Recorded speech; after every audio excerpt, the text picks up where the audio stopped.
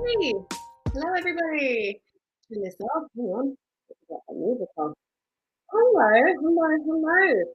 Now I did not send out a reminder that I was going live on Messenger because it's Saturday and I know that for many people you might be out doing well, possibly business things, but there might be lots of things that happen on a Saturday. So I expect that most people will catch the replay, but I can see that someone's here. Can you say hello? Let me know who you are. And no pressure. I know that Saturday's busy, so for as long as you can stay with me is wonderful, but if you need to go, that is completely fine too. All right. So we had a really good start to the weekend. Like lots of people are making that decision to hang on a second. Wait a second, wait a second. Let me make sure that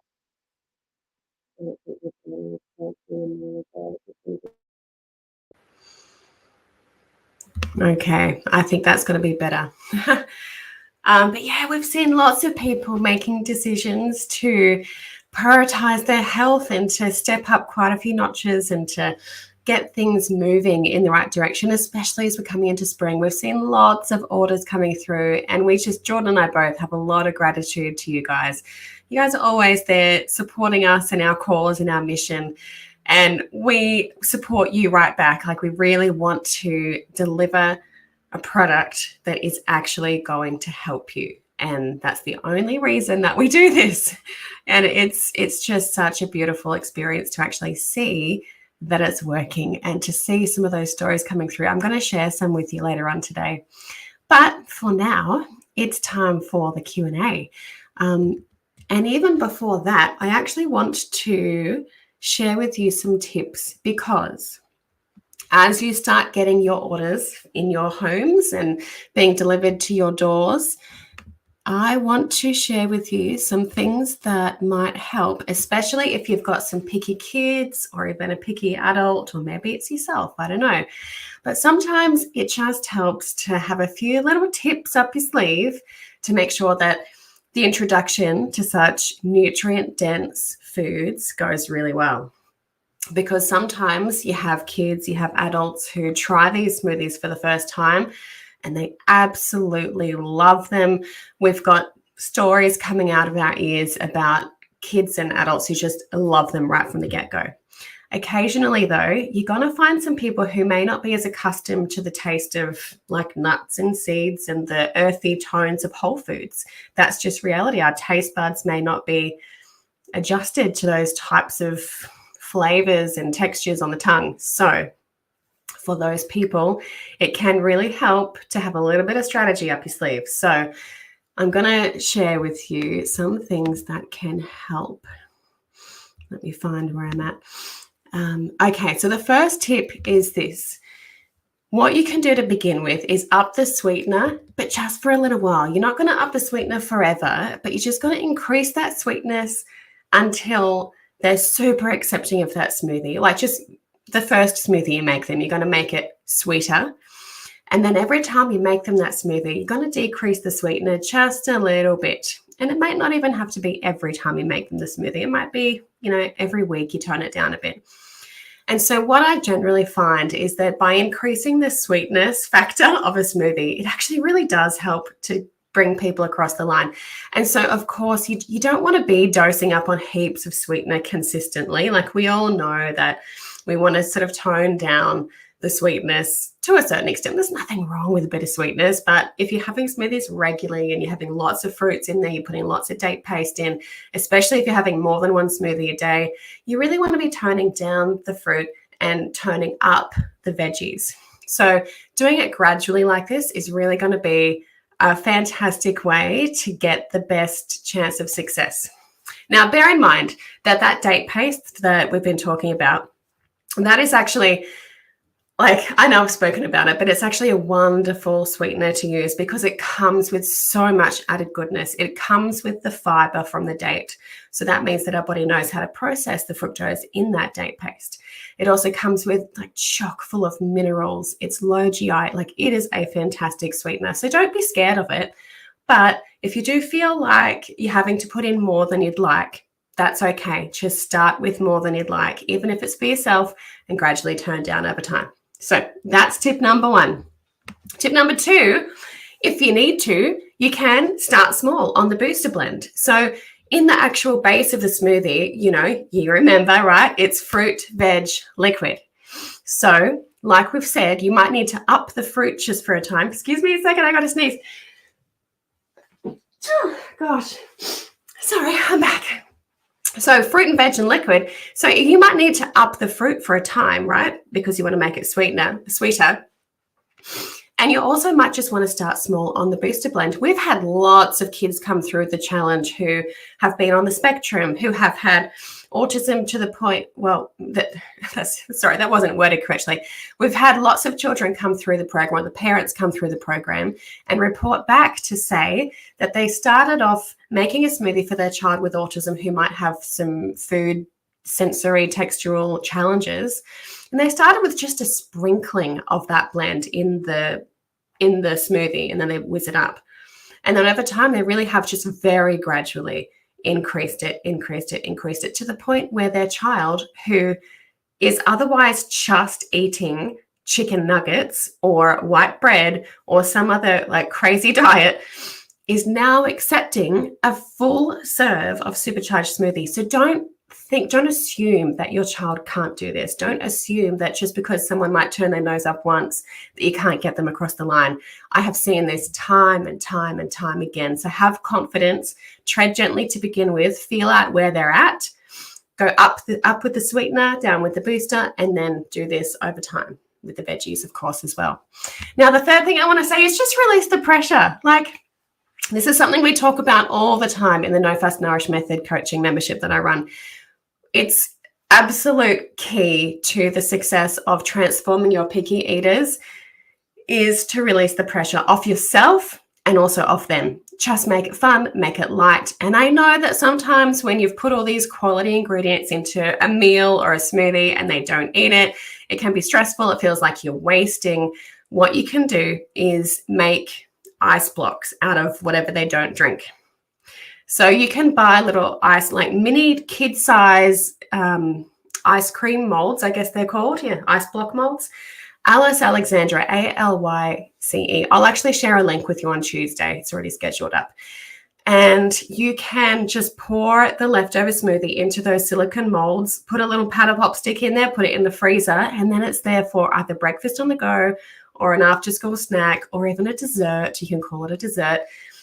It's not going to go to waste. So you just take the pressure off your child. The minute that you put pressure on, it's a lost cause. It's really not going to do you any favors. It's not going to do them any favors. So just keep it light and build that positive food culture. That's 2 things we talk about till the cows come home in the No Fuss Nourish Method membership. Now, this one. Okay. Someone, who was it? Was it Bethany?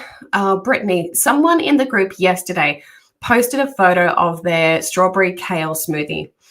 And strawberry and kale are delicious together, but they don't look nice together. Once they're blended, it turns into this like super pale brownie pink color, gray almost, and it's not very appetizing. So if you make a smoothie it doesn't look very appealing, but it still tastes great, put it in a colored cup. You can get these ones. And then it comes with a lid as well. And you just put the straw in.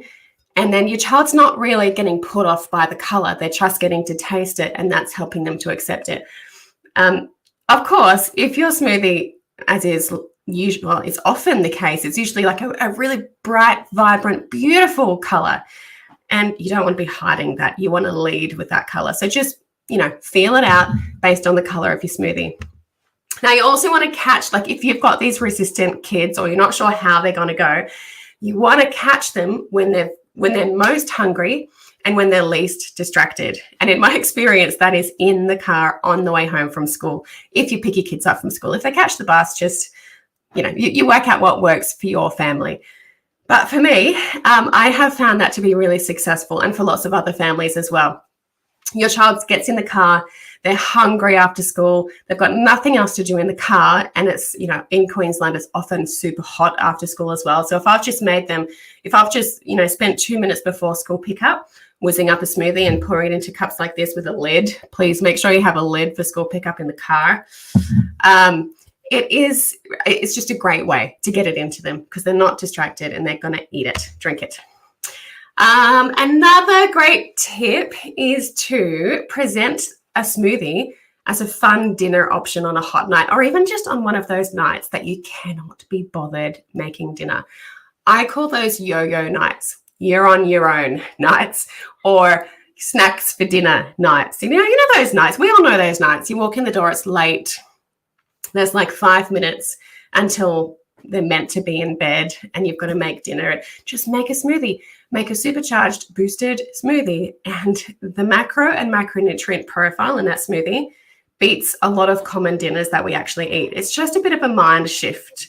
So I find that kids actually celebrate. They're like, yeah, smoothie for dinner. They think it's fun. And that's just a great positive way to introduce it. Now, I'm going to leave tips there for now because I need to draw a prize. It's the last challenge number 5. We are giving away the Gut Loving Booster Blend. We are also giving away the Kids Story ebook. Actually, let me click over to the comments. I can't see any comments there. Please say hello. I can see there's people there. I would love to know who you are. Okay, so we're going to give away the Gut Loving Smoothie Booster Blend and the Kids Story ebook called The Friends You Don't Know You Have, which is all about your microbes in the microbiome in the gut and what they can do for you, but also how you need to look after them. So we are going to spin this wheel one last time in this Smoothie Bootcamp. So I'm going to share my screen. Now, there weren't very many people. The last 2 challenges really dropped off with participation. I think everyone really gets onto the freezer prep, but then when it comes to the non-essential almost, like the next level kind of optional things that, I cannot do that one, that's fine. Kind of people don't do it as much. So let's see who's going to win this one. You've got pretty good odds. Oh, it's Lizzie. Lizzie, you won one yesterday, didn't you? Congrats, Lizzie. I hope you love it. All right, Lizzie, I'm going to, and all the winners, anyone who won anything, I said I'd do it this morning, but I was actually busy. I had a few things come up this morning, but by the end of today, I'm going to message you your coupon codes for your prizes. And then when you place your order, you can just input that coupon code. And there you go. You'll have it delivered to your door. So I think it's time to move on to your questions. I'm just checking in. You guys must be multitasking, like feeding babies or doing something with your hands and not being able to say hello because no one's saying hello. Unless it's just not coming through.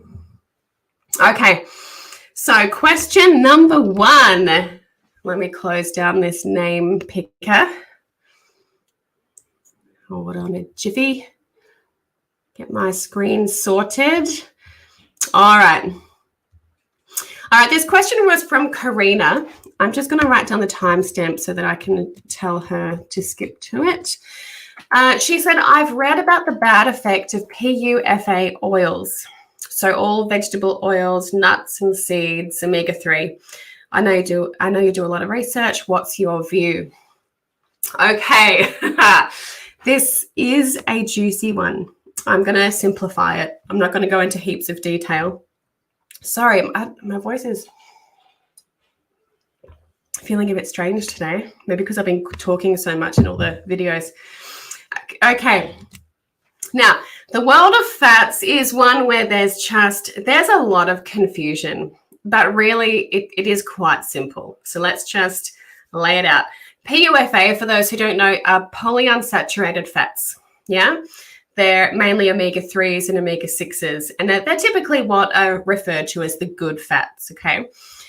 So where do we find those? We find them in nuts and seeds. We find them in olives, avocados, and plant-based oils, yeah? And there is nothing wrong with them when we use them as we find them in nature. In fact, they're all incredibly health-giving. just over 1 tablespoon, and I've shared this with you before, but it's worth repeating, just over 1 tablespoon, like 1.5 tablespoons of mixed seeds a day for 3 months has been shown in studies to dramatically slash inflammation, which is the leading cause of chronic disease, which is the leading cause of death worldwide. So can you imagine if everyone in the world were having 1.5 tablespoons of mixed seeds a day? Can you imagine how much reduction in, I know this is going to sound a little bit over the top, but can you imagine the reduction in death potentially because we're reducing chronic disease, we're reducing inflammation dramatically? It's simple. We need to be doing this stuff. And so in every single blend, the Smoothie Booster blends that we offer at Stacked Whole Food Blends has in excess of that amount. Not too much in excess, but there's enough there to be doing a substantial job. So it's when we heat, or it's when we process those polyunsaturated fats, it's when we heat them, it's when we refine them, that's when we run into big trouble. And that's where the confusion starts around which fats are good and which fats are damaging. So these fatty acids, the omega-3s and 6s, and to some extent 9s, they're super sensitive to both our processing methods that we use and the high heat that's part of that processing method as well. So let's just talk just for a second on, no, I don't have a banner for this. That's okay. I'm going to talk for a second just on the processing. So the way we humans have discovered is the quickest, cheapest way to extract oil from a seed, like let's just say a sunflower seed.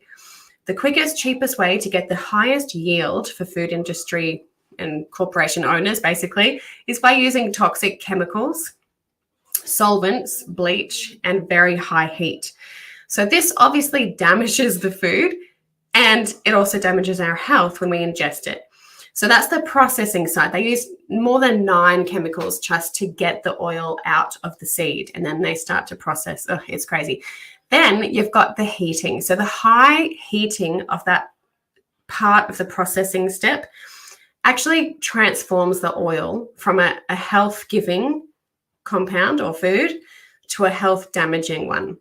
So the omega-3, that let's just say a vegetable oil like sunflower oil, and by the way, vegetable oils do not originate from any type of vegetable. I don't know why they're called vegetable oils.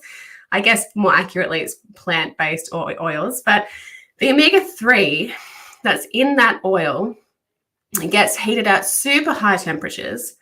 So then it goes rancid and it turns into a trans fat. It actually converts, it transforms itself from that beneficial food to a damaging food.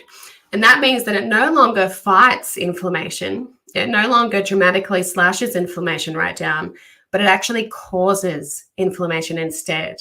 So you've got this double whammy. So omega-6 in excess causes inflammation, but omega-3s that have been heated and transformed into a trans fat, they also cause inflammation. So you've got this double whammy of inflammatory effect in the body. So it's kind of like vegetable oil is one of the most harmful substances that we can ingest as humans. But have you noticed how prevalent it is in our food supply chain? If you walk down any aisle of the supermarket, you're going to find that almost a lot slowly starting to catch up. And recently I recommended there was probably 10 different brands of chip makers that are starting to use more quality oils, more health-giving oils that haven't been damaged as part of the ingredients in their food, in their product, which is so exciting. So we recently just recommended that inside the coaching membership. And there's all sorts of ways that we can voice out what we prefer as well. Anyway, getting a bit sidetracked. Okay, so I do get a little bit upset about the misinformation that's out there in mainstream media about this, because if you Google polyunsaturated fats, you'll see that they're listed as it's found in vegetable oils, very health-giving, good for heart health, great for reducing inflammation. But what they don't talk about is that the vegetable oil that we're eating is not that version of the vegetable oil. It's the processed kind that is the opposite of all that. So thankfully, there are better methods to extract oil. We now know, of course, that cold pressed or expeller pressed is just thousands of times better. And so if you can take the same sunflower oil that started great and was transformed into a damaging oil through the processing, if you take that same original oil and you the sunflower seed, you cold press it, you've got sunflower oil come out the back. They're called the same thing. But if you see cold pressed or expeller pressed, then you know that it's actually safe to eat. Now, the other thing to look out for sunflower oil is next level is high oleic sunflower oil. And what they've done there in the high oleic sunflower oil, that's actually a sunflower oil that's safe for heating because they've reduced omega-6 right down. It is an interesting topic. But if you see on label high oleic sunflower oil, that's great. So you can opt for that one. The absolute best option would be a high oleic organic sunflower oil or a cold pressed sunflower oil. I hope that clears it up. Now, cooking with high heat. So just touching on this before we finish up this question. So it's not just the refining part of the processing that puts these oils at risk. It's also cooking at home with high temperatures. So if you go out and buy yourself a really high quality oil, let's just say it's a cold pressed flaxseed oil, and then you put it in the pan to cook it at a high heat, it's doing the same thing as that processing in the factory. You're transforming those omega-3s into a damaging oil that is releasing toxic compounds. It's releasing toxic compounds like aldehydes, like toxic alcohols, like toxic ketones and hazardous substances that actually damage the DNA and create free radicals. It's just incredible to really understand what happens behind the scenes with these oils. So we don't want to choose to cook with oils like flax oil. We want to add that oil to our smoothie or to our bliss balls. But my opinion is that why opt for the oil when you can just put the flax seeds in its whole form with all of the other beautiful parts of the flaxseed as well, like the fiber and the other phytonutrients and the minerals, all that stuff. So there is a place for flaxseed oil, like if you've got a special need or, go ahead and use it. But I just always prefer to use things in their original form, in their whole food form. So let me just touch on smoke point for a second. We used to think that we could know which oil to use based on its designated smoke point. If you haven't heard of smoke point, it's basically just the temperature that oil starts to literally smoke. You've seen it in the pan, I'm sure.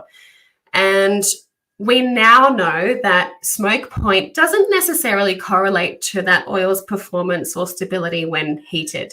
So what does actually make the difference is the percentage of polyunsaturated fats. The lower, the better. And if you're connecting the dots, that polyunsaturated fat being lower is better is not because polyunsaturated fats are bad for you. It's simply that they don't agree with high heats. And so we want to get a less processed oil. We want to get an oil that's like a high oleic one. But here's the takeaway. When it comes to cooking, we want to use olive oil. That's just the go-to, maybe not in every single situation, but temperatures up to 180 degrees, which, baking is rarely more than 180 degrees. Or if you are cooking a roast that's up on a higher temperature, just consider decreasing the temperature down to 180. And what you'll find is that olive oil is kind of just a catch-all. Sometimes I'll use coconut oil. Olive oil is my absolute go-to. So let me just see if there's anything that I wanted to touch on. You did ask about nuts and seeds too. I won't spend long on this, but basically I think we've covered it. It's whenever we come across these POFAs, polyunsaturated fatty acids, whenever we come across these things in nature, as nature intended, in a whole nut, in a whole seed that hasn't been processed, hasn't been heated at high temperatures, et cetera, it's going to be incredibly health-giving to us. It protects our heart health. It protects our brain health. It's great for longevity. There are all these beautiful benefits. So don't be scared of them. Even on a website that was claiming that all omega-3s were dangerous, that it even listed off, people think they're being healthy when they have nuts and seeds, etc. In a little bit further down the article, they said if you're avoiding commercial seed oils and you don't really use seed oils like vegetable oils at home, you avoid raw nuts in excess, you cook your own meals and you eat a wholesome diet, you're probably pretty close to the ideal balance of omega-3 and 6. But then they said, but most people don't eat this way. And that's true. Like most people, like many people don't. But if you're eating a whole food diet, within moderation, we don't need to be perfect. We don't need to go to extremes. But what we can do is just release the fear, release the guilt, just eat real food. It always comes down to that bottom line message. So, number one, avoid vegetable oils that have been processed and heated ridiculously. Number two, if you're going to buy a vegetable oil like sunflower oil or a product that has vegetable oil in it like sunflower oil, opt for one that is a high oleic sunflower oil or cold pressed. That's the bottom line. That's the takeaway. And use olive oil. I hope that helps. It ended up being a little bit long-winded. I was going to keep it really simple, but yeah, there you go. I hope that the last few seconds summary was enough to make it clear. Okay, now, Jasmine, your question's next. I'm going to write down your timestamp too so that you can skip to it. Now, Jasmine said, Lainey, I'm just starting with my smoothie journey, especially in regards to longevity. What's the best blueberry smoothie for breakfast? And I'm celiac. Thank you. All right. Okay. So Jasmine, this is the coolest question. I love to get these questions because it shows you really thinking. You're really thinking about how can I use food functionally to extend my lifespan, but also the quality of my life. That's longevity. So I've got good news for you. Dr. Joel Fuhrman, who you've likely heard me speak about in the Smoothie Bootcamp, he recommends 10 foods for longevity. And the first 5 in that list of 10 are all in the smoothies that we've been learning about in the last 10 days, which is really cool. Like a lot of these smoothies, like basically every smoothie that we've been speaking about ticks the boxes with longevity. Like I've actually considered in the past, creating, because lots of people everyone wants longevity, but I couldn't bring myself to create a whole smoothie just for longevity because a lot of these whole foods that we've been talking about, they have multifaceted functions and they're all doing it already. They're all longevity smoothies already. But specifically, let's talk about those 5 things. The first thing is we want to make sure that we're eating in an anti-inflammatory way. So just as I spoke about in the last answer to the question 1, the best thing that we can do, one of the best things that we can do for that is have just over 1.5 tablespoons of mixed seeds every day for 3 months, and we'll dramatically slash our inflammation according to the studies that I've seen. Like seeds are simple, they're humble. We leave them on the shelf. We don't eat them. But if we start incorporating fresh, lovely seeds into our diet regularly every day, we can see phenomenal results. And eating in that anti-inflammatory way is really great. But those seeds also have they have good fats. They have minerals. They've got these anti-cancer lignans that we spoke about with linseeds in the challenge. They've got these wonderful things going for them. So that's number 1, is anti-inflammatory seeds. Make sure that's in every smoothie. Number 2 is antioxidants. So remember, that's all your colorful foods. They will neutralize the free radicals that cause damage to the DNA. A great example of them are berries, right? Those berries, they've got anti-cancer properties and they're an excellent food for the brain. And there's evidence that, I think I shared this in the challenge, that there's evidence that berry consumption can help with preventing cognitive decline as we age. So in terms of a longevity ingredient, berries are a great one to add in. Another great one that we've spoken about already as well, we've spoken about all of these, is cruciferous veg. They're vegetable powerhouses with the unique ability to modify our hormones, activate our body's detoxification systems, and inhibit the growth of cancer cells. So when it comes to cruciferous veg, we've spoken about cauliflower. A lot of you have, pumped up your freezer full of steamed, pureed, frozen cauliflower. Another option, a lot of you have a freezer bag full of kale in there. That's a cruciferous vegetable as well. So go for those two to begin with. There's some great smoothie options for cruciferous veg. And leafy greens is another. So as you can see, some foods cross over. So if you've got kale as a cruciferous veg, it's also a leafy green, which reduces your risk of heart attack and stroke and diabetes and several cancers. The important thing to do with leafy greens is to always incorporate a source of good fats to really help to absorb those nutrients. But we've already covered that with your seeds. So you can see like these strategic parts of your smoothie are all harmoniously working together to help you. And lastly, the all-rounder is nuts. So nuts are the nutrient dense. They've got good fats, protein, fiber, antioxidants, minerals. They're low GI, which this is a really interesting thing. So if you introduce a low GI food like nuts into your smoothie, it actually helps to reduce the entire glycemic load of the rest of your smoothie. So it's also associated with lower rates of type 2 diabetes, body weight, reduced cholesterol. It just goes on and on. So they're the 5 things. I hope you caught them. Again, seeds, berries, cruciferous veg like cauliflower and kale, leafy greens like kale or spinach, and nuts. So if you incorporate those things in your smoothie, that is a pimpin' longevity smoothie.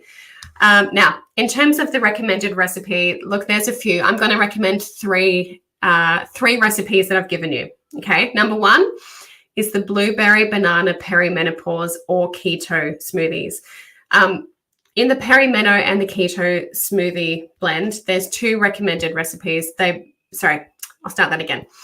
Each of those blends, the perimeno and the keto booster blend, they each have a recommended recipe that includes blueberries. So those ones will meet all that criteria for you. Also, if you go for the choc all-rounder or the chocolate mousse one, which is the very first smoothie we made together, throw some berries into that. Tastes great. And then you're ticking all 5 boxes as well. Or you can throw some greens into the gut-loving strawberries and cream smoothie. So really, you can be creative with this. Just make sure you've got all 5 in there. I hope that helps. All righty. Let's see. Maybe the comments aren't working. I feel like no one's saying hello. And I don't have my phone to check if maybe it's just a connection issue. I don't know. Maybe you're multitasking and you've got no hands free. I don't know. But hello. Okay, so the next question, rather, I'm going to write down the timestamp, is Danielle Cosgrove.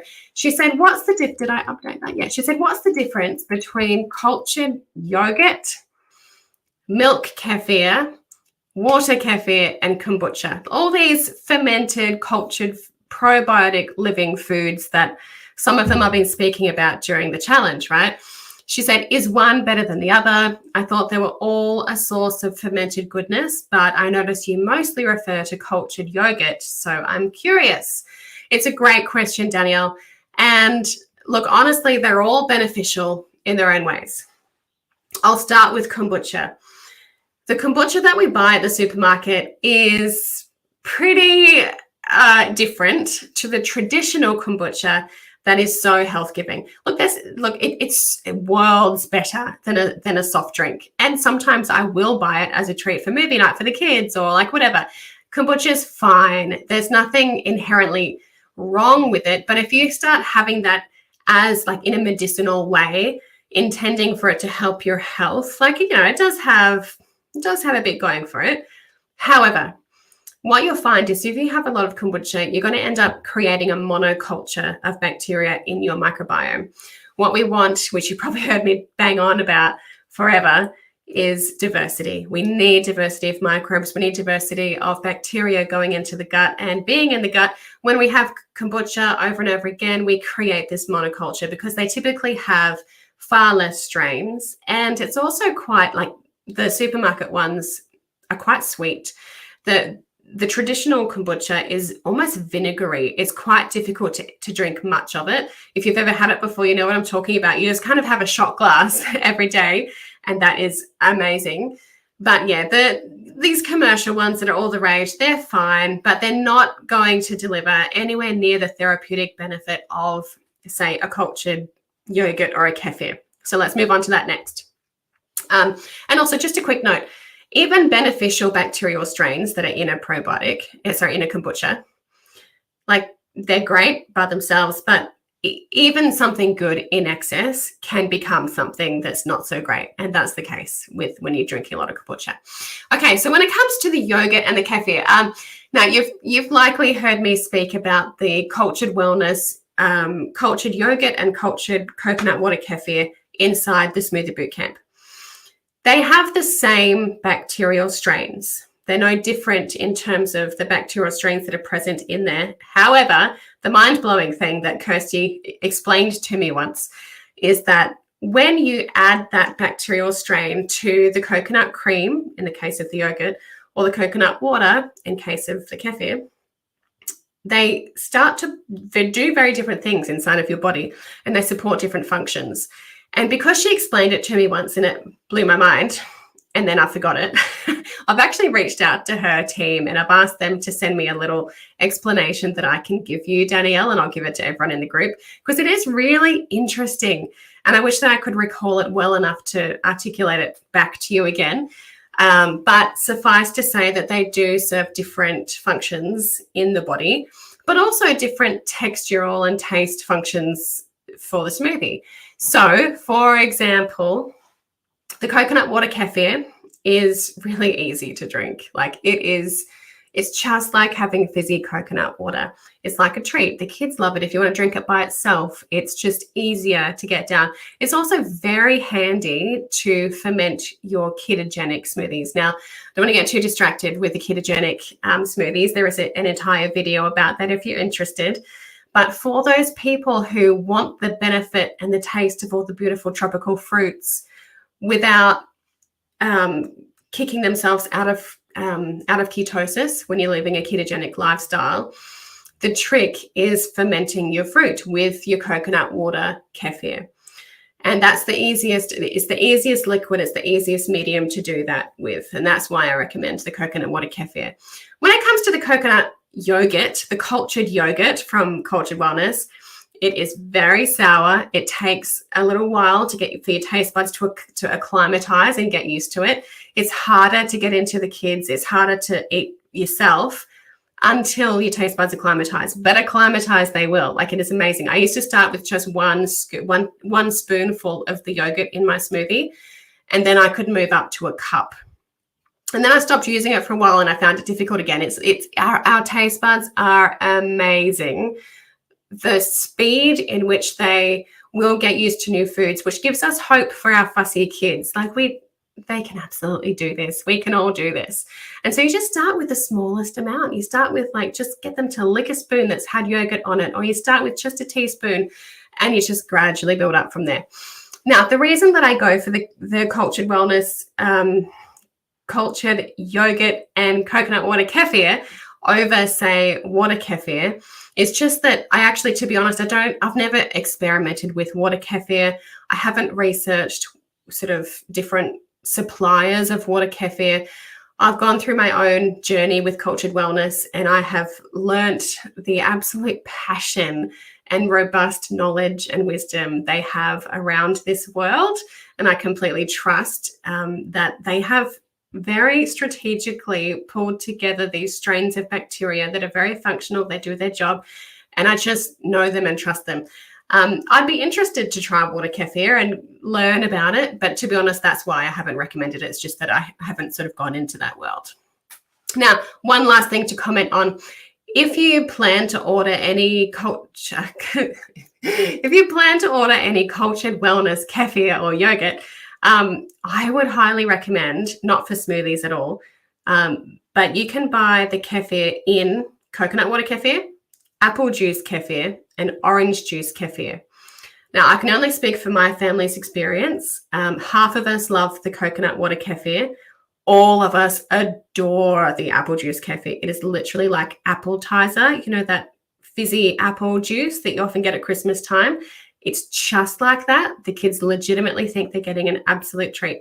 And then the last one, the orange juice kefir. I've heard lots of people love it. Lots of kids love it, but my family, including myself, didn't like it. So my absolute mainstays are the coconut water kefir and the cultured yogurt. But we love the apple juice kefir. If I ever can get my hands on 2 liters of organic apple juice, it can get a bit expensive for a family of 7. So I typically opt for the coconut water. Oh, hello, Crystal. It's nice to see you there. I've just sat down with my gut-loving smoothie and broccoli added. Love it. I love that, Crystal. So good. I hope that you're feeling amazing. Okay, we are almost. I think we've got 3 more. Okay, question 4. This is a quick one. It's actually from Danielle as well. In the ketogenic smoothie video, I explained that there are 2 ways of creating your ketogenic smoothie in a way that keeps you in ketosis, and that's through fermenting. You can either ferment fruit and freeze it and then just make your smoothie as usual with your frozen fruit, or you can just put your smoothie ingredients in a jar on the bench with your kefir overnight and it ferments overnight. Then you just dump it in the blender with some ice and whiz it up in the morning. She asked this question. Now that I've explained all that, let's say 48 minutes. What do I have the timestamp down for her? She said, for the keto smoothie, leaving it on the bench overnight, can I make a double batch smoothie and then leave the leftovers on the bench to ferment? Or does it have to ferment before being blended? Yeah, no, Danielle, you could do that. My concern is, so she's saying that she's going to make a double batch smoothie. I'm assuming she's going to drink one smoothie unfermented and then the next one leaving out with the kefir in it and drinking it the next day fermented. So you can absolutely try doing that. My concern is that for it to taste good, you really need it to be cold. And the benefit of leaving it on the bench overnight first, then blending in the morning with ice is that it's going to be fresh. If you've blended it already and left it overnight and then you drink it, I think it's not going to be very palatable. 1, because it's not cold. And 2, I have found with these nutrient-dense smoothies, leaving them kind of gives them a little bit of a weird aftertaste. So when you've blended them already and then it gets left, I don't know, not everybody finds this, but I personally find a bit of a weird aftertaste. So it doesn't taste as good. Plus, we know that we do lose some nutrients when it sits there, like when it's blended and then it sits there. It just oxidizes. And so I don't know. It's not negligible, but it's not a huge deal either in terms of nutrient loss. But I don't know. I would rather do it the first way. And actually, personally, I prefer because I've got a big family, I guess I prefer to do this. But I would ferment big, like 5-liter jars of bananas at a time, drain it, rinse it, and then freeze them. And I'd have a huge bag of fermented bananas that are frozen in the freezer. And I would just use that. And I'll do it with mango and I'll do it with passion fruit. And I'll just have it all there ready. And for some reason, I just found it nicer and I just found it more convenient. A lot of people go, what? That's more convenient? I'd much rather just do it the way that you're talking about. So it's purely personal choice. Have a play with it and then just see how you go. All right. Oh, Bethany. All right, Bethany. Did I change? Yes. Okay. Oh, timestamp is 1:15. Okay. All right, Bethany. She wants to know the best smoothie ingredients for perimenopause. She said, I know maca is great, maca powder, but what else would be good to throw in there? Okay. Now, I want to hold on to your hat for a second. On Monday, I'm going to re-film the perimenopause nutritional masterclass that I ran maybe 12 months ago when we first launched the Perimeno Smoothie Booster Blend. The research is amazing. We don't need to suffer through perimenopause. So I'm going to post it on Monday. That'll be your long-winded answer. Your short answer is that there's a few things that we want to focus on when we're crafting a smoothie that we want to support ourselves through perimenopause. The very first thing we want to do is help to balance our estrogen and progesterone levels by A, flushing out excess estrogen, The way that we do that is we want to work with certain nutrients known to work their hormonal magic, like phytoestrogens, good fats, B6, and calcium. They're some pretty key nutrients that you need to flush out that estrogen. We also want to support phase 1 and 2 of detoxification, and we do that through cruciferous veggies, so cauliflower and kale, and in the Perimeno blend, broccoli sprout powder. Amazing stuff. It has 100 times more sulforaphane than the same volume of broccoli fresh. We want to also put in their bile-producing foods, magnesium and choline. So look, I feel like this could get a bit long-winded. I'm going to just link you to the masterclass, but just know that what we want to focus on is quality soy, and that may come as a surprise because I know for decades we've been told that soy, phyto-based estrogens, so plant-based estrogens, people say that they can mimic estrogen in the body, and so we want to steer clear of it if we've got an estrogen problem. In reality, when it was interesting, Dr. Christy Funk, she's a world-renowned breast cancer surgeon, and now she just purely works in the world of breast cancer prevention. She was writing a book. It was, I think it was Breast Care 101 or something. And she'd been teaching people for a long time, don't touch soy. And she wanted to write it in her book. And she went to look at the research so that she could properly reference her content, and was really surprised at what she found was that the studies and the science for a very long time have all been pointing in the opposite direction. And that the reason that we've all been cautioned away from soy is a misinterpreted study on rats, but that was one in about 100 studies. And this is a prime example of how mainstream information can hold on to something and just keep it going for decades without actually someone going back and going, oh, hey, let's just check on this. And that's what Dr. Christy Funk did. And now we're looking at all the science now, scratching our heads going, why why was this message taught for so long? So we want to be incorporating a non-GMO organic soy milk. We want to also, away from smoothies, we can be eating miso paste. Oh my gosh, if you've heard me talk about miso paste, forgive me. But please swap your Vegemite in your pantry cupboards for miso paste. You can buy it at maybe not any, but many health food stores or even veggie shops, fruit and veg shops. Just make sure it's an organic, non-GMO red soybean paste. It's a fermented soybean made into a paste. Thank you, myself. And it sounds gross, I know, but it tastes just like Vegemite. And if you just take your Vegemite jar, take out half of it, put half of the miso paste in, mix it up. Your kids won't know the difference. And then you can just gradually top up with miso paste. It's amazing. Anyway, we want soy in our life. So use soy milk if you can tolerate the taste. I know it's got a different taste, but you can grow accustomed to it. Cruciferous veg, like the broccoli sprout powder, like I talked about, cauliflower and kale, that are already basics in your freezer by now. And of course, like the seeds, they're in everything. They play such a vital foundational role in all health outcomes that we want. So seeds, we want lots of protein in a perimenopause smoothie, and lots of fiber to help flush out those excess estrogens and keep that detoxification pathway going as well. So if you want some more information and you want the full recipe and the understanding the ins and outs of your journey through perimenopause, because I'm now at the age at 42, that's the average age of perimenopause commencement. And then it, on average, goes for about 7 years. And quite often we don't even know we're in it for quite a few years. So perimenopause, I'm going to post a link to the full video on Monday. I'm going to condense it. I'm going to try to condense it down. It was a bit too long. All I've got is a live replay and it was a bit messy. So I'm just going to try to clean it up and condense it down.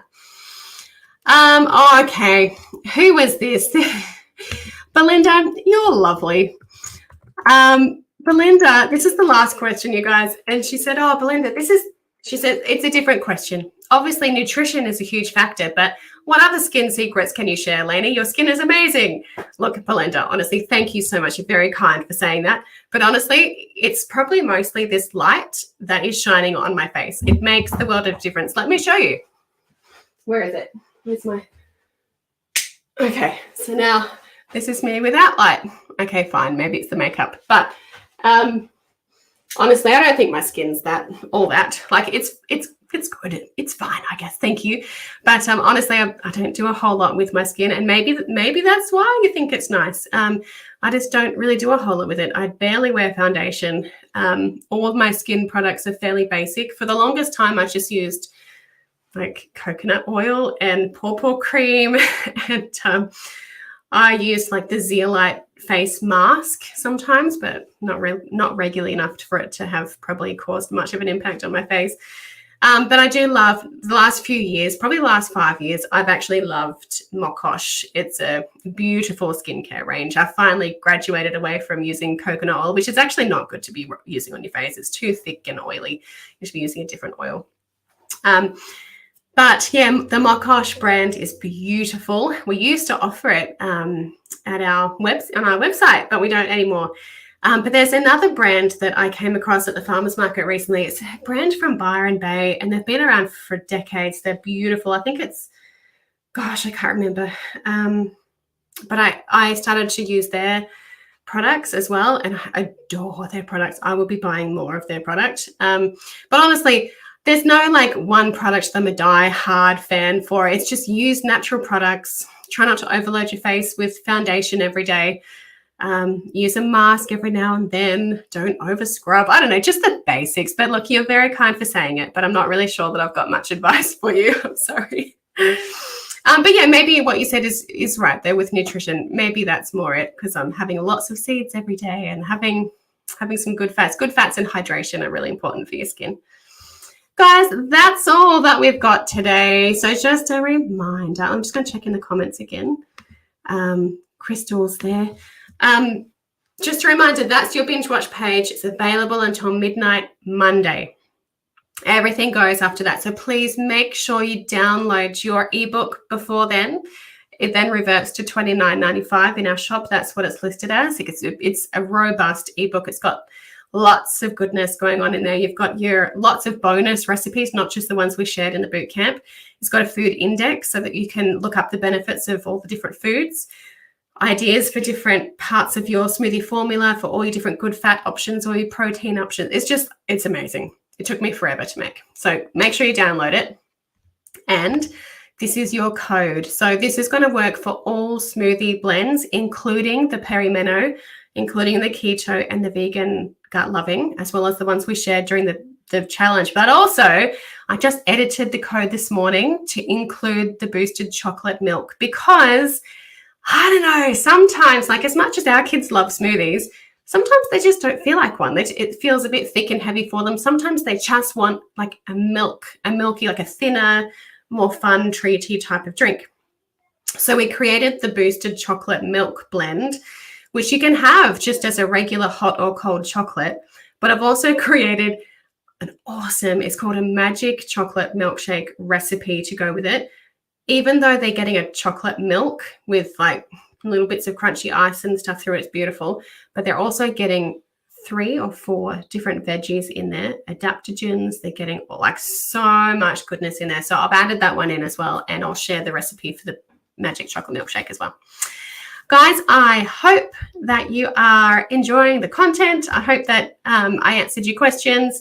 Oh, Roma, yes. Look, now I can see your comments coming through.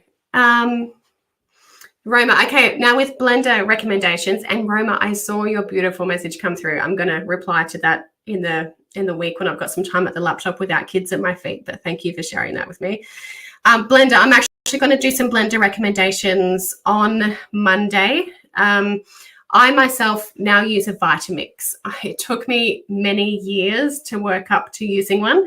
I was using a Sunbeam, which actually was pretty good for a while. Like the Sunbeam was okay. I did have to take the lid off and mix it about 4 times before the smoothie ended, which was really annoying, which is why we ended up moving up to a different one.